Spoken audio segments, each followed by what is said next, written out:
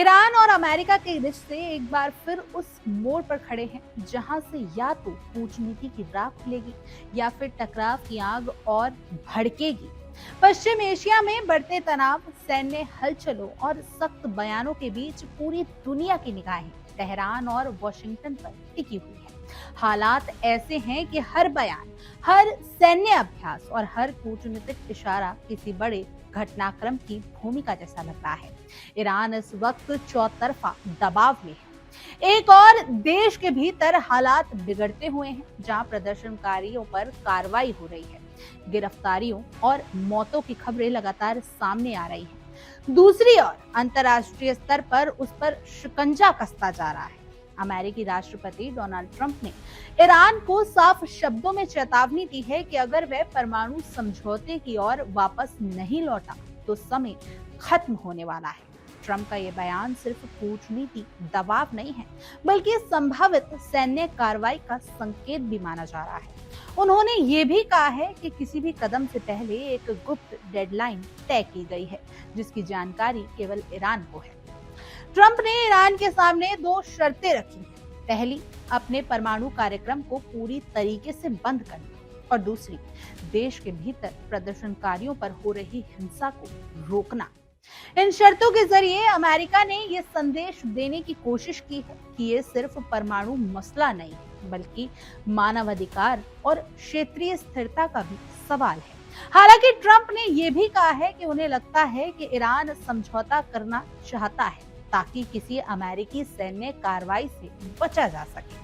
White house में media से बातचीत के दौरान ट्रंप ने यह दावा किया है कि अमेरिका की एक बड़ी नौसैनिक ईरान की ओर आगे बढ़ रही है, जो वेनेजुएला के लिए भेजी गई सैन्य ताकत से भी ज्यादा बड़ी है। इसी बीच यूरोपीय संघ ने एक बड़े कदम उठाते हुए ईरान की इस्लामिक रेवोल्यूशनरी गार्ड कॉर्प्स यानी IRGC को आतंकवादी संगठन घोषित कर दिया है। इसके साथ ही कई ईरानी व्यक्तियों और संस्थाओं पर नए प्रतिबंध लगाए गए हैं। ये फैसला ईरान के लिए बड़ा झटका माना जा रहा है, क्योंकि IRGC न सिर्फ सैन्य ताकत है, बल्कि ईरानी राजनीति और अर्थव्यवस्था में भी उसकी गहरी पकड़ है। इस वक्त से ईरान और पश्चिमी देशों के बीच खाई और गहरी हो गई है। ईरान की तरफ से भी सख्त तेवर देखने को मिल रहे हैं। विदेश मंत्री अब्बास अराक्ची ने साफ कहा है कि देश बातचीत के लिए तैयार है, लेकिन धमकी और प्रतिबंधों के माहौल में नहीं। उन्होंने दो टूक शब्दों में कहा कि ईरान का बैलिस्टिक मिसाइल कार्यक्रम उसकी राष्ट्रीय सुरक्षा की रेड लाइन है और किसी भी सूरत में इस पर बातचीत नहीं होगी। इस्तांबुल में तुर्की के विदेश मंत्री के साथ प्रेस कॉन्फ्रेंस में अरगाची ने भी ये भी स्पष्ट किया है कि फिलहाल अमेरिका के साथ किसी तत्काल बैठक या वार्ता की कोई ठोस योजना नहीं है। सैन्य मोर्चे पर भी हलचल तेज हो गई है। ईरान ने अपनी सेना में 1000 नए ड्रोन शामिल करने का ऐलान कर दिया है और हॉर्मुज स्टेट में सैन्य अभ्यास की घोषणा की है। ये वही इलाका है जहां से दुनिया के तेल का बड़ा हिस्सा गुजरता है। यहाँ किसी भी तरह की सैन्य झड़प का असर सीधे वैश्विक अर्थव्यवस्था पर पड़ सकता है। IRGC की ओर से प्रस्तावित लाइव फायर नौसैनिक ड्रिल को लेकर अमेरिका का सेंट्रल कमांड पहले ही चेतावनी जारी कर चुका है। सेंटकॉम ने साफ कर दिया है कि अमेरिका जहाजों, वाहनों या वर्णीय पोतों के आसपास किसी भी तरह की असुरक्षित या उकसावे वाली गतिविधि बर्दाश्त नहीं करेगा और समुद्री सुरक्षा सुनिश्चित की जाएगी। देश के भीतर ईरान की स्थिति भी विस्फोटक बनी हुई है।